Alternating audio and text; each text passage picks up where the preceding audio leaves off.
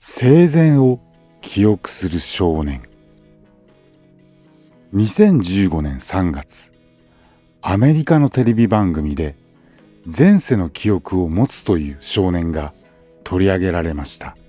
自分は生まれる前、ハリウッドに住む別の人間だったと母親に語る少年。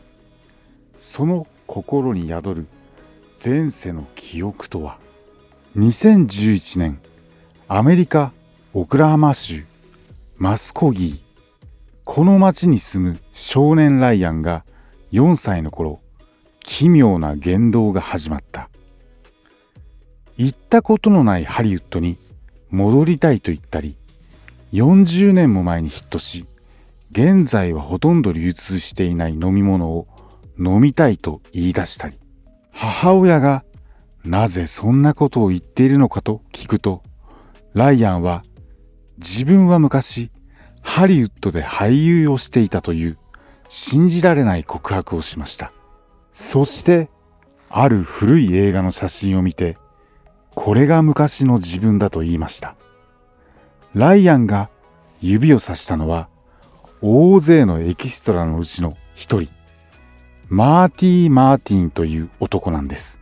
心配になった母親は、医学博士で前世の記憶を持つ人を10年以上研究しているジム・タッカー医師のもとを訪ねます。そしてライアンの記憶とエキストラの男の情報が一致するのかテストを行いました。するとライアンはエキストラの男の妻だった女性を言い当てるなど、ライアンの前世に関する記憶はマーティ・マーティンのプロフィールとことごとく一致したのです。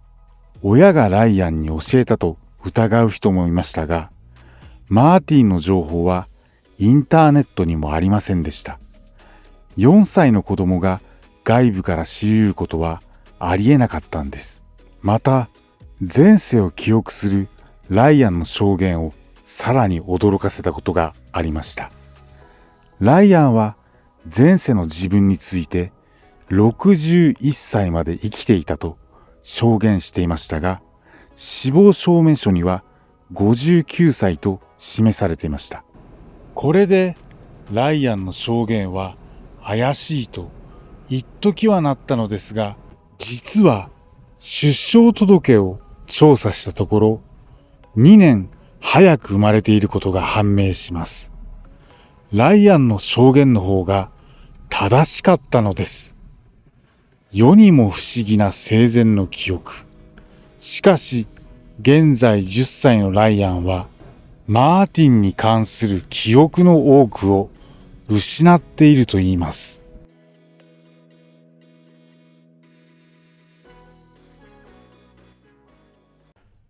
旅館に現れる女の子。これは私の母が体験した話です。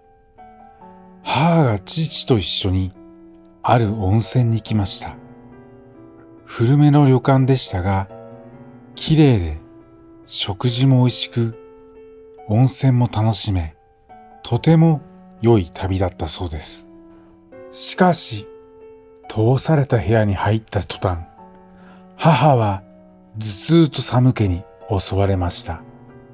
普段から片頭痛などの症状がない母なのに、その時は頭痛がなかなか収まらなかったので、就寝前には鎮痛薬を飲んだそうです。そして夜中、ふと目が覚めた母が目の前の壁を見ると、暗闇の中で何かが動いているような感じがしました。旅館街の街灯の明かりで部屋は真っ暗ではありません。それにしてもその動く何かだけはだんだんとその姿が母にも分かっていったのです。それは小学生低学年くらいの小さな女の子でした。壁の中から浮き出てくるのだから、この世のものではないことが明白です。恐ろしさを感じながらも言葉は出せず、体は金縛りとは感じないのに動きません。その女の子はそーっと姿をすべて現すと、ただじーっと母を見つめています。母は心の中で、誰、どうしたのと問いかけました。しかし女の子は答えず、まだ母を見つめていましたが、急に消えてしまったのです。その時はそれが何だったのかもわからなかったのですが、後々たまたまその旅館に泊まったことのある人の話を聞く機会がありました。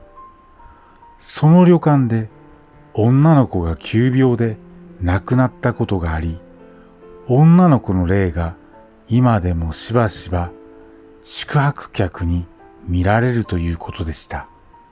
その子は今でもお母さんを探してさまよっているようです。早く自分の家に帰ることができるよう母は祈ったそうです。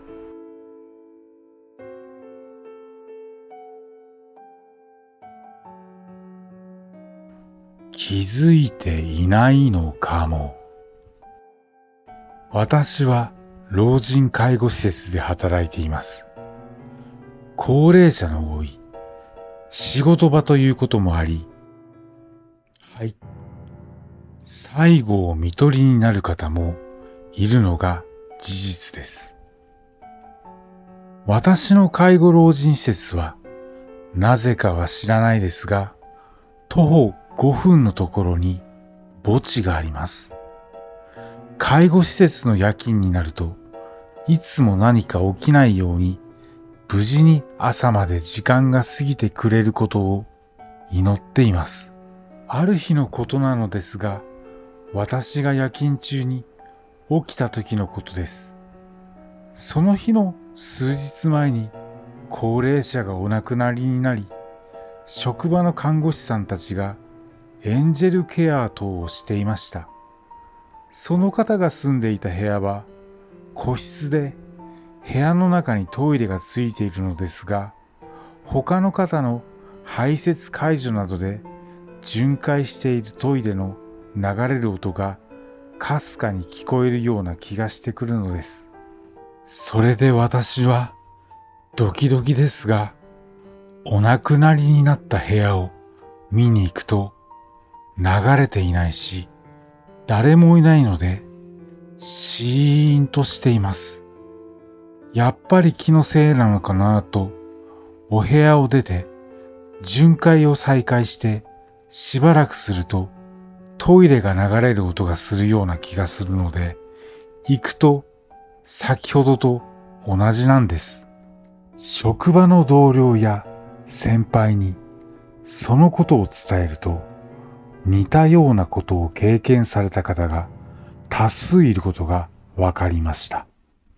中には仮眠中に金縛りにあった方もいました。もしかしたらお亡くなりになった方が自分が亡くなったことに気づいていないのかもしれないとのことでした。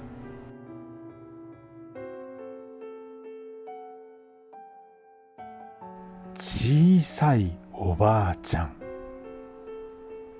私の次男が2歳の頃のお話です。ある日、おむつトレーニング中の次男とトイレに入った時のことなんです。次男が便器に上がる時に、お邪魔しますと笑顔で言いました。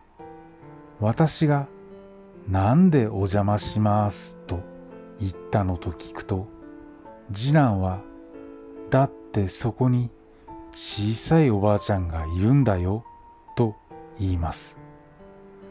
小さい子は見えないものが見えると噂に聞いたことがありましたが、まさか霊感も何もない私の子供の口からこんなことを聞くとは思ってもいませんでした。先祖の方が様子を見に来てくれているのかな。もしかしたら妖精とか小人とかかもよ、と興味本位でいろいろ聞きたくなり質問をしてみました。おばあちゃんはどんなお顔をしているのと次男に聞いてみました。ニコニコ笑ってるよ。こっち見てるよ。赤いお洋服着ててね。このくらいと大きさを手で表現してくれました。約10センチくらいでした。具体的な説明に本当に見えているんだなと思い、とても驚いたことを覚えています。オカルト好きな主人にこの話をすると、赤い色はとても良くない色だし、と聞きました。良くない霊じゃないといいけど、と言われ、それからとても怖くなってしまいました。しばらくして別の日に、小さいおばあちゃんのことをまた聞いてみたいと思い、次男に聞いてみました。今、小さいおばあちゃんはどこにいるのかなと聞いたら、指をさしながら、ママの後ろにいるよと言われました。思わず、ひえと声が出てしまいました。私は椅子に座っていたのですが、怖くなって後ろを振り向くことができませんでした。それ以降、もう小さいおばあちゃんのことを聞くのをやめました。だんだん成長するにつれて何も見えなくなってしまいましたが、この頃の次男はおばあちゃんの概念がよくわかっていなかったと思います。実の祖母のことはばあばと呼んでいましたし、極度の人見知りで人の顔を見ることもあまりできませんでした。今となってはあの人は何だったのだろうと未だに不思議に思っています。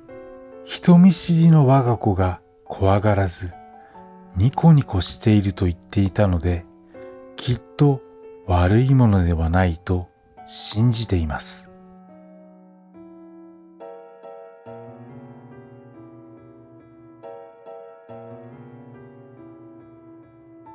私は夢を見ていました。昔から私は夢を見ているときに、たまに自分は今夢を見ているんだと自覚することがありました。この時もそうです。なぜか私は薄暗い無人駅に一人いました。ずいぶん陰気臭い夢だなぁと思いました。すると急に駅に正気のない男の人の声でアナウンスが流れました。それは、間もなく電車が来ます。その電車に乗ると、あなたは怖い目に遭いますよ、と意味不明なものでした。間もなく駅に電車が入ってきました。それは電車というより、よく遊園地などにあるお猿さん電車のようなもので、数人の顔色の悪い男女が一列に座っていました。私はどうも変な夢だなぁと思いつつも、自分の夢がどれだけ自分自身に恐怖心を与えられるか試してみたくなり、その電車に乗ることに決めました。本当に怖くて耐えられなければ目を覚ませばいいと思ったからなんです。私は自分が夢を見ていると自覚しているときに限って自由に夢から覚めることができました。私は電車の後ろから3番目の席に座りました。周りには生暖かい空気が流れていて、本当に夢なのかと疑うぐらいリアルな臨場感がありました。出発しますとアナウンスが流れ、電車は動き始めました。これから何が起きるのだろうと、私は不安と期待でドキドキしていました。電車はホームを出ると、すぐにトンネルに入りました。紫色っぽい明かりがトンネルの中を怪しく照らしていました。私は思いました。このトンネルの景色は子供の頃に遊園地で乗ったスリラーカーの景色だ。この電車だっておさるさん電車だし、結局過去の私の記憶にある映像を持ってきているだけで、ちっとも怖くなんかないな。とその時、またアナウンスが流れました。次は池作り。池作りです。池作り？魚の？などと考えていると、急に後ろからけたたましい悲鳴が聞こえてきました。振り向くと、電車の一番後ろに座っていた男の人の周りに4人のボロ切れのようなものをまとった小人が群がっていました。よく見ると男は刃物で体を裂かれ、本当に魚の池作りのようになっていました。強烈な臭気が辺りを包み、耳が痛くなるほどの大声で男は悲鳴を上げ続けていました。男の体からは次々と内臓が取り出され、血まみれの臓器が散らばっています。私のすぐ後ろには髪の長い顔色の悪い女性が座っていましたが、彼女はすぐ後ろで大騒ぎしているのに、黙って前を向いたまま気にも留めていない様子でした。私はさすがに想像を超える展開に驚き、本当にこれは夢なのかと思い始め、怖くなり、もう少し様子を見てから目を覚まそうと思いました。気がつくと、一番後ろの席の男はいなくなっていました。しかし、赤黒い血と肉の塊のようなものは残っていました。後ろの女性は相変わらず無表情に一点を見つめていました。次はえぐり出しです。とアナウンスが流れました。すると今度は二人の小人が現れ、ギザギザスプーンのようなもので後ろの女性の目をえぐり出し始めました。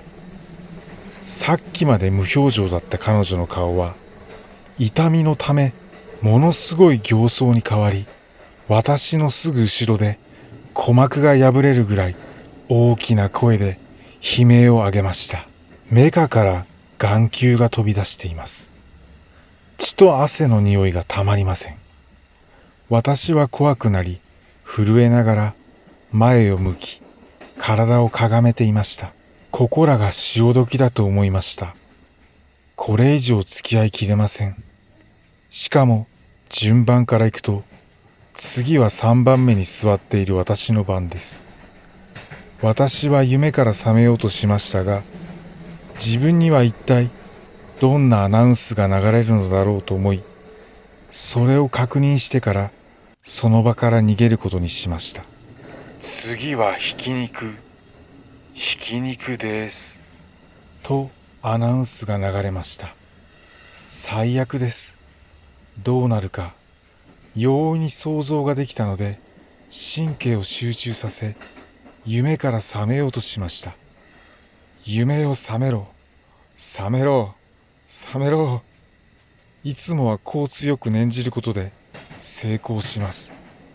次に、ウィーンという機械の音が流れてきました。今度は小人が私の膝に乗り、変な機械みたいなものを近づけてきました。多分、私をミンチにする道具だと思うと怖くなり、夢を覚めろ、覚めろ、覚めろ、と目を固くつぶり、一生懸命に念じました。ウィーンという音がだんだんと大きくなってきて、顔に風圧を感じ、もうダメだと思った瞬間に静かになりました。なんとか悪夢から抜け出すことができました。全身汗でびしょびしょになっていて、目からは涙が流れていました。私は寝床から台所に向け、水を大量に飲んだところで、やっと落ち着いてきました。恐ろしくリアルだったけれど、所詮は夢だったのだからと自分に言い聞かせました。次の日、学校で会う友達全員にこの夢の話をしました。でも、みんなは面白がるだけでした。所詮は夢だからです。それから4年間が過ぎました。大学生になった私は、すっかりこの出来事を忘れ、バイトなんぞに勤しんでいました。そしてある晩、急に始まったのです。次はえぐり出しです。あの場面からでした。私は、あの夢だとすぐに思い出しました。すると前回と全く同じで、2人の小人があの女性の眼球をえぐり出しています。やばいと思い、夢を覚めろ、覚めろ、覚めろ、とすぐに念じ始めました。今回はなかなか目が覚めません。夢を覚めろ、覚めろ、覚めろ。次はひき肉です。いよいよやばくなってきました。ウィーンと近づいてきます。夢を覚めろ、覚めろ、覚めろ、覚めてくれ。ふと静かになりました。どうやらなんとか逃げられたと思い、目を開けようとしたその時、また逃げるんですか？次に来た時は最後ですよ。と、あのアナウンスの声がはっきりと聞こえました。目を開けるとやはり、もう夢からは完全に覚めており、自分の部屋にいました。最後に聞いたアナウンスは、絶対に夢ではありません。現実の世界で確かに聞きました。私が一体何をしたというのでしょうか。それから現在までまだあの夢は見ていませんが、次に見た時にはきっと心臓麻痺か何かで死ぬと覚悟しています。こっちの世界では心臓麻痺でも、あっちの世界ではひき肉です。